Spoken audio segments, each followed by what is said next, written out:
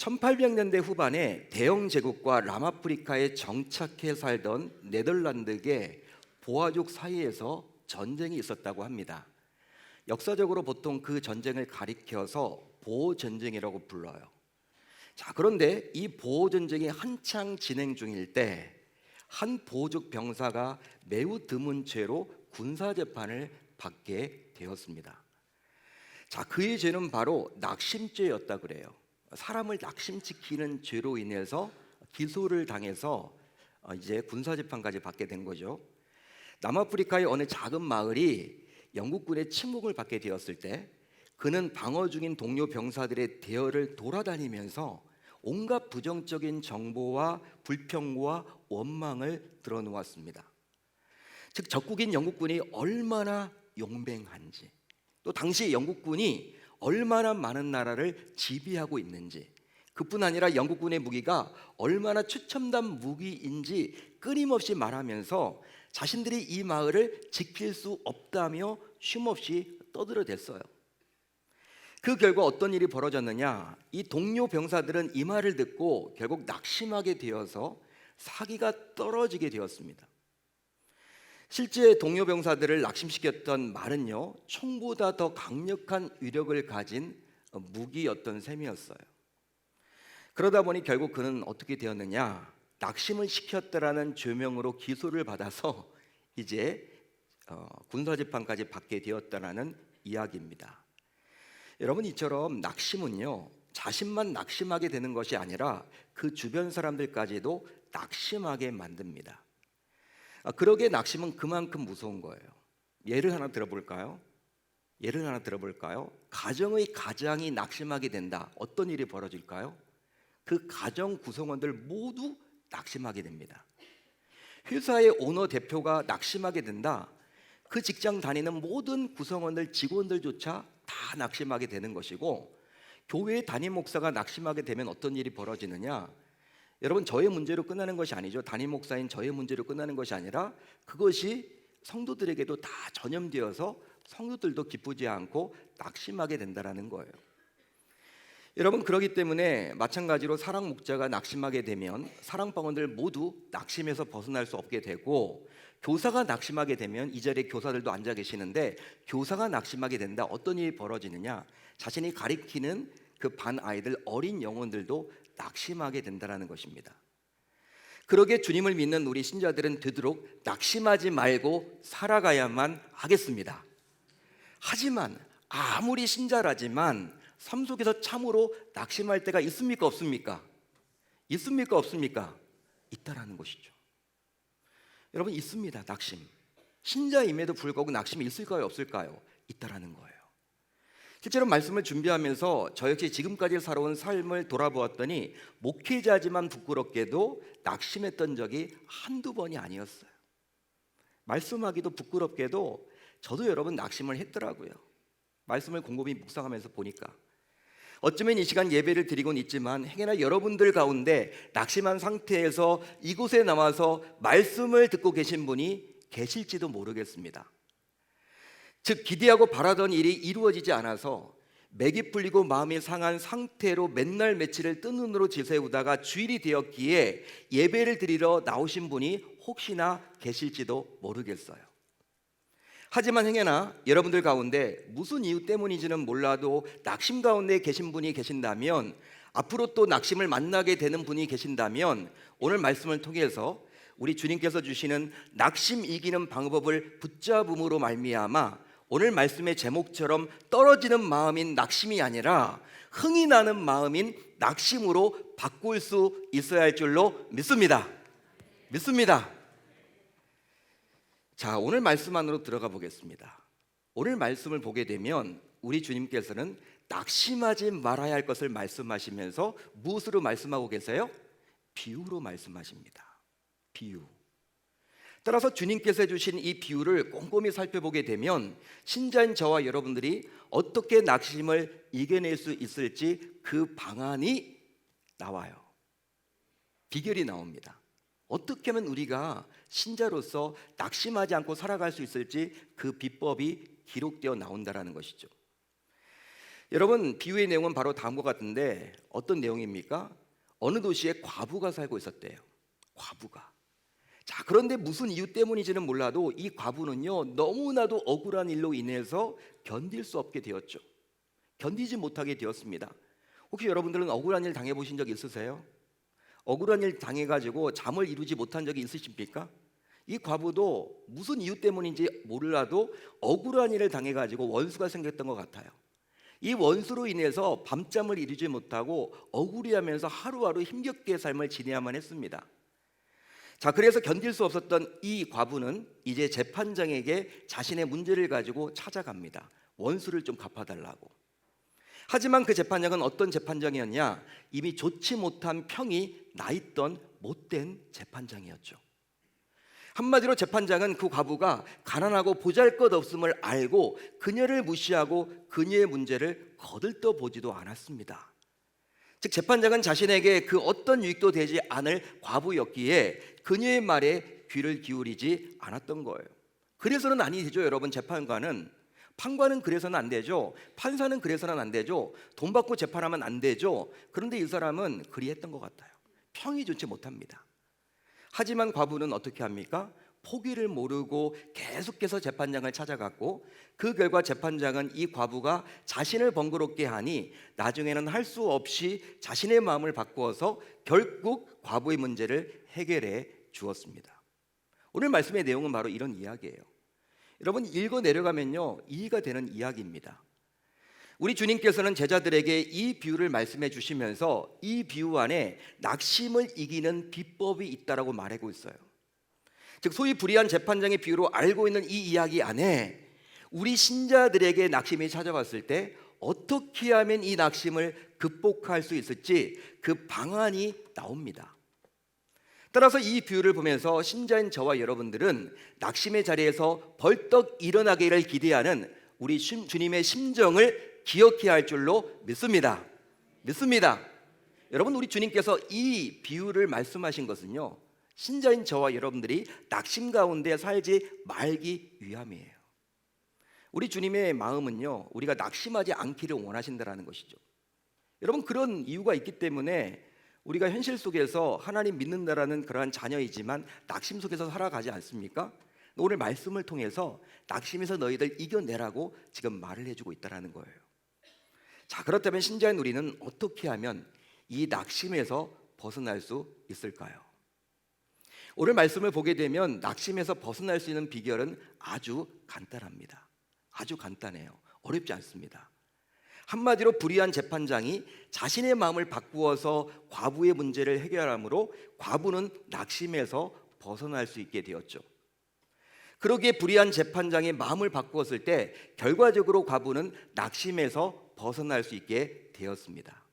마찬가지로 신자인 저와 여러분들이 낙심에서 벗어날 수 있으려면 신자인 우리가 믿고 섬기는 여호와 하나님께서 감동하시면 됩니다. 다른 말로 하면 하나님께서 마음을 바꾸시기만 한다면 신자인 우리는 낙심에서 벗어날 수가 있습니다. 할렐루야. 그렇습니다. 과부가 불의한 재판장의 마음을 돌이켰듯이 신자인 우리도 하나님을 감동시킨다면 그 어떤 문제도 풀어지기에 낙심 따위가 절대로 우리를 지배하지 못하게 될 줄로 믿습니다. 자, 그런데 너무나 안타깝게도 삶의 현장에서 낙심은요, 종종 열등감을 동반하기도 해요. 열등감을 동반한단 말이에요. 자, 그러다 보니 낙심하면서 어떤 마음이 듭니까? 내 인생이 그렇지 뭐. 언제 내 인생 잘 된 적이 있었나? 잘 풀린 적이 있었나? 나는 역시 안 돼. 여러분, 이런 열등감을 가지게 된다는 거예요. 이런 마음이 파고듭니다. 이런 식으로 자기 자신을 비하하죠. 나는 안 돼. 해봤자 안 돼. 언제 잘 된 적이 있었나? 역시는 안 됐네. 이번에도 역시지 뭐. 여러분, 이런 식으로 자기 자신을 비하한단 말이에요. 하지만 분명한 것은 이런 열등감으로 자신을 비하하는 신자라면 결단코 낙심에서 벗어날 마음조차 가지지 못하겠죠. 그렇게 되면 결국 하나님을 감동시키려고 그 어떤 시도조차 하지 못하게 됩니다. 따라서 결국은 낙심에서 영구히 벗어날 수 없게 되는 것이죠. 그러기에 낙심은 어느 누구에게나 찾아올 수 있는 감정이지만 신자인 우리는 자기 자신을 비하하거나 열등감에 빠져서는 결코 아니 될 줄로 믿습니다. 자, 그렇다면 신자인 우리가 낙심을 이길 수 있는 비법인 하나님을 감동시킬 비결은 과연 무엇일까요? 어떻게 하면 하나님을 저와 여러분들은 감동시킬 수 있을까요? 우선 나를 향한 하나님의 심정을 잘 알고 하나님께 문제를 가지고 나가야 하겠습니다. 자, 7절을 한번 볼까요? 우리 7절을 한번 같이 읽어봅니다. 7절 시작. 하물며 하나님께서 그 밤낮 부르짖는 택하신 자들의 원한을 풀어주지 아니하시겠느냐? 그들에게 오래 참으시겠느냐? 자, 이 구절은요, 우리 주님께서 해주신 말씀이에요. 우리 주님께서 해주신 말씀인데, 자, 저 불의한 재판장을 한번 봐라. 저 불의한 재판장을 한번 봐봐. 저 불의한 재판장도 마음을 돌이켜서 과부의 원한을 풀어주었는데, 하물며 아버지이신 하나님께서 자신의 택한 자들이 밤낮으로 부르짖을 때 그 원한을 풀어주지 않겠냐라는 거예요. 따라서 신자인 우리가 기억해야 하는 것이 있다면 그것은 바로 하나님께서는 택자들의 원한을 반드시 풀어주십니다. 할렐루야. 하지만 만약 이 하나님의 심정을 놓치고 살아간다면 어떤 일이 벌어집니까? 살면서 낙심을 만났을 때 하나님께 자신의 문제를 가지고 선뜻 나아가지 못한다는 거예요. 그 이유는 바로 하나님께서 자신의 문제를 해결해 주신다라는 그 어떤 확신도 가지지 못하기 때문입니다. 따라서 신자인 우리는 하나님께서 귀하게 여기시는 택자이기에 그 어떤 문제로 인해서 낙심이 오더라도 하나님께 그 문제를 가지고 나아가기만 한다면 반드시 해결받을 수 있다는 사실을 놓쳐서는 아니 되겠습니다.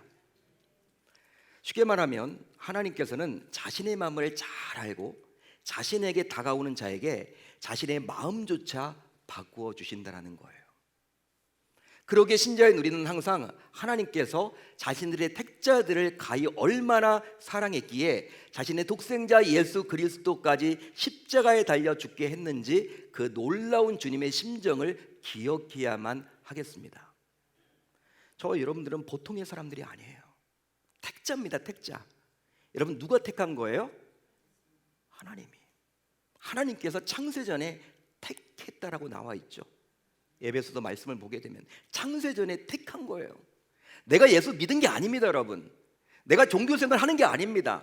내가 교회 다니는 것이 아니라 하나님께서 나를 택해 주셨다라는 거예요. 이거 여러분 얼마나 놀랍습니까? 택한 나를 위해서 자신의 하나밖에 없는 아들 독생자 예수 그리스도까지 아낌없이 십자가에 달려 죽기까지 했으니 우리를 얼마나 사랑하시냐는 거예요. 이 주님의 심정을 우리가 알아야만 하는 것이죠. 놓쳐서는 아니 되는 것이죠. 여러분, 그리할 때 갑자기 우리에게 낙심이 몰아닥치더라도 그 하나님의 심정을 잘 알기에 하나님께서 자신의 문제를 가지고 나아가서 하나님께 자신의 문제를 가지고 나아가서 낙심을 저와 여러분들 모두 넉넉하게 이겨낼 수 있어야 할 줄로 믿습니다. 다음으로 믿음을 가지고 부르짖는 자에게 은혜 주심을 알고 믿음으로 부르짖어야 하겠습니다. 자, 8절을 한번 같이 볼까요? 8절 같이 읽습니다. 시작. 내가 너희에게 이르노니 속히 그 원한을 풀어주시리라. 그러나 인자가 올 때에 세상에서 믿음을 보겠느냐 하시니라. 여러분, 이게 어떤 뜻입니까? 하나님께서는 택자인 믿음의 사람이 부르짖을 때 속히 풀어주신다라고 약속하고 있어요. 물론 하나님과 신자인 우리 사이의 응답의 통로는 바로 누구입니까? 응답의 통로는 바로 누구예요? 예수 그리스도. 여러분, 우리가 기도할 때 누구 이름으로 기도해야 돼요? 예수 그리스도의 이름으로 기도해야지 되는 거예요. 중보자 되시는 유일한 중보자이신 예수 그리스도의 이름으로 우리가 기도해야 하는 것이죠. 따라서 하나님께서는 예수의 이름을 믿음으로 붙잡고 또 응답해 주신다라는 하나님의 약속을 붙잡고 부르짖을 때 결코 예민치 않으시고 반드시 응답을 해 주십니다. 그런데 중요한 것이 있어요. 그것은 바로 무엇이냐? 믿음입니다. 한번 따라하겠습니다. 믿음이 중요한 거예요. 믿음이 중요합니다. 실제 오늘 말씀을 보더라도 과부 역시 아무리 불의한 재판장이지만 그럼에도 불구하고 자신의 원한을 풀어줄 것이란 그 믿음을 가지고 나아갔어요. 여러분 주변 사람들이 말렸겠죠. 야, 너 거기 가봤자 뻔한 재판장이야. 소문이 좋지 않아. 돈 받고 재판해. 너 가진 거 없잖아. 과부잖아. 너 뭐가 좋다고 재판을 해주겠어? 가지 마. 시간 낭비야. 아마도 여러분 친구들이 말렸을 거예요. 그렇지만 여러분 이 과부는 어떻게 합니까? 그렇지 않아. 설마 그러겠어? 설마 그렇지 않을 거야. 여러분 믿음을 가지고 불의한 재판장이지만 그럼에도 불구하고 내가 찾아가기만 하면 나의 그런 원한을 풀어줄 거라는 그 믿음을 가지고 찾아갔다라는 거예요. 마찬가지로 하나님께서도 믿음을 가지고 자신에게 나오는 자의 모든 문제를 해결하사 결과적으로 낙심에서 건져 주십니다. 할렐루야, 할렐루야.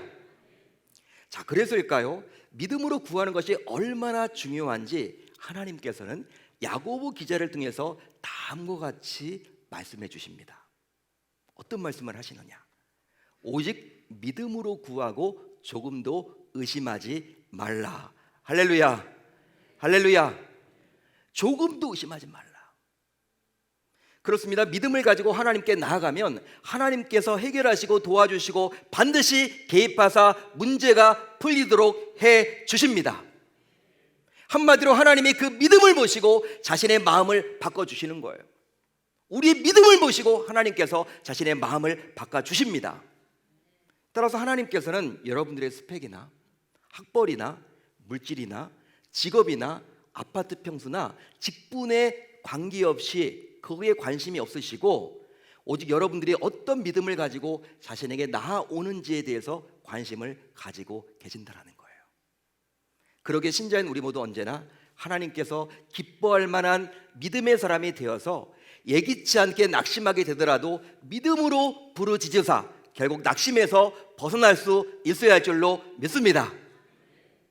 마지막으로 계속해서 부르짖는 자에게 은혜 주심을 알고 끝까지 부르짖어야 하겠습니다.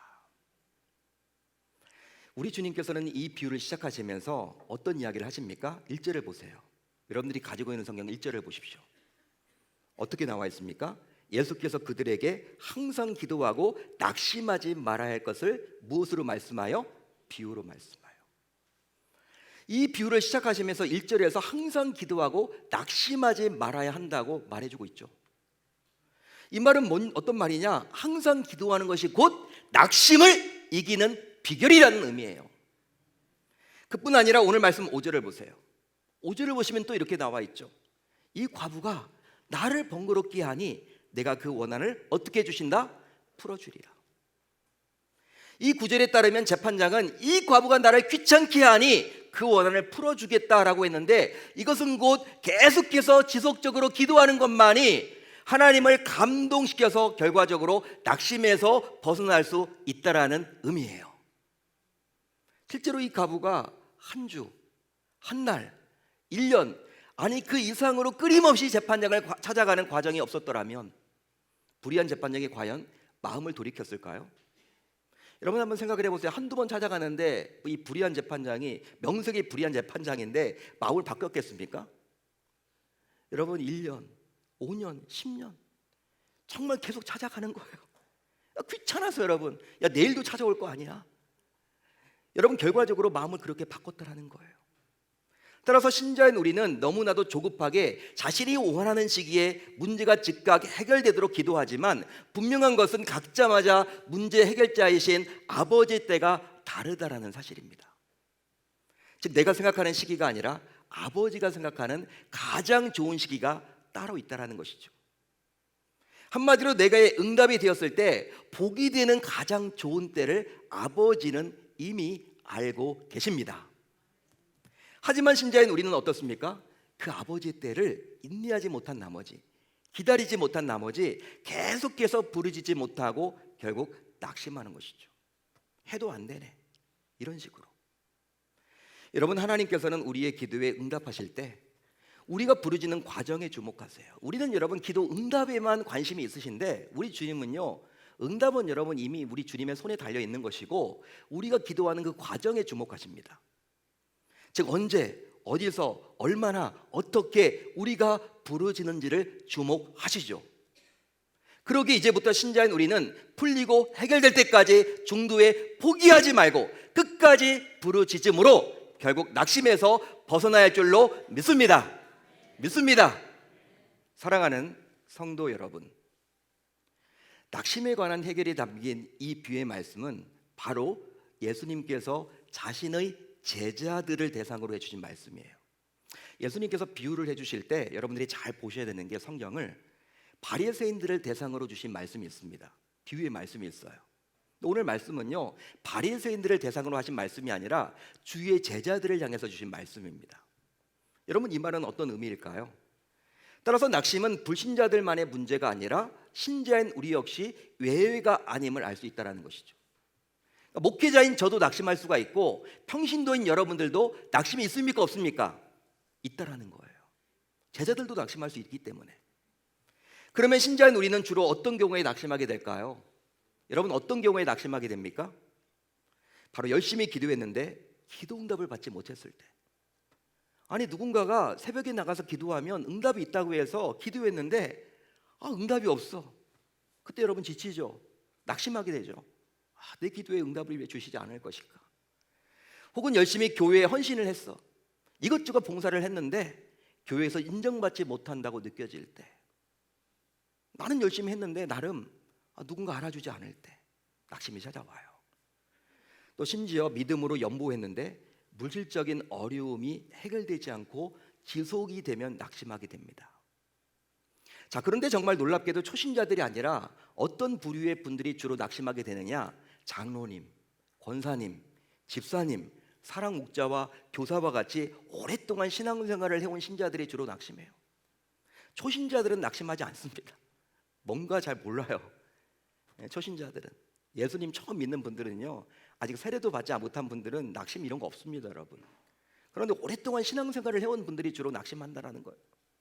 자, 그렇다면 낙심이 찾아올 때 주로 어떤 모습을 보입니까? 어떤 모습을 보일까요? 우선 교회부터 나오지 않죠. 낙심이 찾아오면요, 교회부터 나오지 않아요. 이것은 주님으로부터 해결을 보지 않겠다라는 것이죠. 또 어떤 분은 아예 주변 사람들과 단절을 해버립니다. 말을 섞지 않아요. 교제를 하지 않으려고 합니다. 그냥 모르는 척 해버립니다. 무시해버립니다. 또 불평과 불만을 입에 달고 지내기도 해요. 원망하기도 하고 또 식음을 전폐하기도 해서 건강이 상해지기도 합니다. 하지만 분명한 것은 어떤 낙심이 와서 너무나도 힘들고 좌절하고 방황하게 되더라도 우리 하나님께 나와서 끝까지 매달려야 결국 낙심에서 벌떡 일어날 수가 있습니다. 할렐루야, 할렐루야. 혹시 여러분들은 기도할 수 있는데 왜 걱정하십니까? 기도할 수 있는데 왜 실망하십니까? 이 찬양곡 아십니까? 이 찬양을 아세요? 기도할 수 있는데 왜 걱정하시냐? 기도할 수 있는데 왜 실망하시냐? 여러분, 이 찬양의 가사처럼 신자인 우리가 기도할 때 하나님께서는 낙심에서 우리를 반드시 건져 주십니다. 그렇습니다. 설령 하나님께서는 신자인 우리가 낙심하더라도 우리가 기도한다면 우리를 일으켜 주세요. 우리를 일으켜 주세요. 그러기에 낙심의 해결책은 바로 무엇입니까? 기도예요. 기도입니다. 한번 따라하겠습니다. 기도. 물론 기도에도 낙심은 찾아와요. 따라서 기도하는 자는 낙심하는 자가 아니라 낙심을 이기는 자입니다. 여러분, 만약 지금 여러분들이 낙심 가운데 행해나 계신다면 이 시간을 어떻게 보내고 계십니까? 불평하고 불만하고 원망하면서 여러분 삶의 패배자처럼 그렇게 삶을 살아가고 계십니까? 한숨만 내쉬고 살아가십니까? 교회와 여러분 자꾸 멀어지려고만 하십니까? 하지만 분명한 것은 하나님께서 나를 바라보고 주목하고 계심을 놓쳐서는 아니 된다라는 거예요. 즉 내가 낙심의 자리에서 벌떡 일어나도록 나를 지켜보고 계십니다. 그리고 응원하고 계십니다. 따라서 이제 우리 모두 다음을 기억합시다. 다음을 꼭 기억합시다. 우선 신자인 우리 모두 낙심할 수 있다라는 거예요. 저도 낙심할 수가 있고요. 여러분들도 낙심할 수 있다는 사실을 기억하십시오. 어떤 분들은 그래요. 내가 예수님 믿는데 왜 낙심이 생길까? 왜가 내가 내 마음을 이렇게 컨트롤하지 못하고 낙심하는 것일까? 여러분, 이렇게 자기 자신을 생각하는, 이렇게 자기 자신을 막 힘들어하는 분들이 있어요. 내가 예수님 믿는데 왜 그럴까? 즉, 낙심은 나만 겪는 것이 아니라는 사실을 우리 모두 기억해야 돼요. 저와 같은 목회자부터 여러분들과 같은 평신도 모두 낙심을 겪습니다. 한마디로 하나님을 믿는 성도라도 그 누구든지 낙심하게 되어 있다는 거예요. 그러게 낙심하게 되었을 때 그것을 지극히 당연하게 여기십시오. 당연하게 여기십시오. 누구 원망할 것도 아닙니다, 여러분. 당연하게 여기십시오. 마치 시간이 흐르면 감기가 낫듯이 지금은 너무나 힘들고 어렵지만 낙심 역시 곧 지나갑니다. 따라서 낙심 때문에 여러분들의 소중한 건강을 잃어버리거나 상심하지 마시기를 당부드립니다. 어떤 분들은 낙심해가지고 식음전폐까지 해서 건강을 상한 분들이 있어요. 너무나 안타까운 일이죠. 자기만 손해입니다, 여러분. 낙심은 누구에게나 여러분 닥칠 수 있다는 거예요. 그걸 인정하시면 좋겠어요. 다음으로 낙심은 하나님을 감동시킬 때 해결되기에 우리 모두 하나님을 감동시켜야 하겠습니다. 그러기 위해서 하나님을 신뢰하는 믿음을 가지고 계속해서 하나님께 바짝 엎드려야만 하겠죠. 그럴 때 낙심은 엎드리는 자를 어찌할 수 없게 됩니다. 결국 그렇게 함으로 하나님께서 우리에게 감동하사 하나님께서 친히 우리가 낙심에서 벗어나도록 해 주시리라 믿습니다. 믿습니다. 여러분, 벌써 오늘이요 10월의 마지막 주일이에요. 며칠 후면 11월입니다. 금년도 시작한 지가 엊그제 같은데 금년도 2달밖에 남지 않았어요. 세월이 얼마나 빨리 지나가는지, 분주한 삶을 살다 보니까 시간 가는 줄을 모르고 살고 있습니다. 여러분, 이런 말이 있죠. 30대는 시간이 여러분 30km로 간다. 40대는 40km로 간다. 60대는 6km 간다. 시간이 여러분 얼마나 빨리 지나가는지 몰라요. 그러기에 혹시 다양한 문제로 인해서 낙심 중에 계신 성도님들이 있다면 그래도 이 가을에 이 낙심의 문제를 벗어나서 내년도가 되었을 때는 이 낙심되는 문제로 인해서 내가 고통을 더 이상 받지 않아야 할 텐데 이런 마음으로 조바심을 가지고 계신 분이 계실지도 모르겠어요. 이 가을에 그래도 이 낙심을 떨쳐버려야 할 텐데, 새해를 맞이할 때는 기쁨으로 맞이해야 할 텐데 이런 마음을 가지고 계신 분이 행여나 계실지도 모르겠습니다. 여러분, 정말 요즘 하루하루는 제가 보기에는 정말 1년 가운데 기도하기 가장 좋은 계절이에요. 어떤 분들은 가을이 놀러 다니기 가장 좋은 그런 계절이다, 또 책 보기 좋은 계절이다 하는데 물론 맞는 말이죠. 얼마나 좋습니까? 하늘도 높고 비도 잘 안 오고 얼마나 날이 맑은지 몰라요. 그렇지만 저는 개인적으로 생각해 보면 기도하기 가장 좋은 시즌이다. 덥지도 않고 춥지도 않고. 여러분, 내가 기도 시간을 정해서 기도할 수 있는 아주 최적의 그러한 조건을 갖춘 시기임이 명확하다라고 저는 생각을 해봅니다. 따라서 행여나 여러분들이 낙심 가운데 있다면 이 가을에 떨어지는 마음인 낙심이 아니라 흥이 나는 마음인 낙심으로 바꿀 수 있어야 하지 않을까요? 여러분, 어떻게 생각하십니까?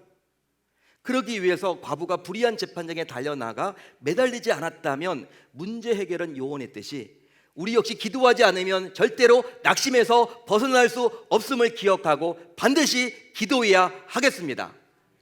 그러기에 이제 이번 주에 한 주 앞으로 다가온 11월의 기도의 11조를 기도로 준비하시고 3일간의 기도에 모두 참석하겠다라고 다짐하고 결단하고 참석하여 기도하는 가운데 하나님의 마음을 움직이는 자들이 모두 되셨으면 좋겠습니다.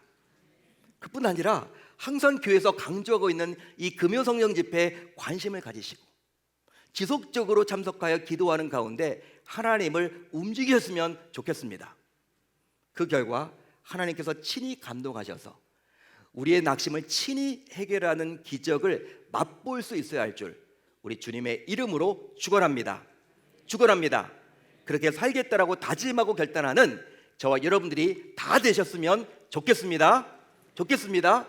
11월 기도의 11조, 그리고 매주 금요성령 집회, 이것은 바로 낙심이 있는 분들에게 주신 하나님의 응답의 통로예요.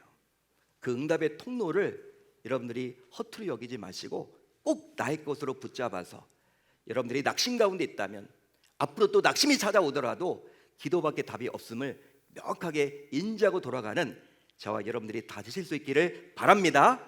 그렇게 하실 수 있기를 주님의 이름으로 축원합니다. 축원합니다.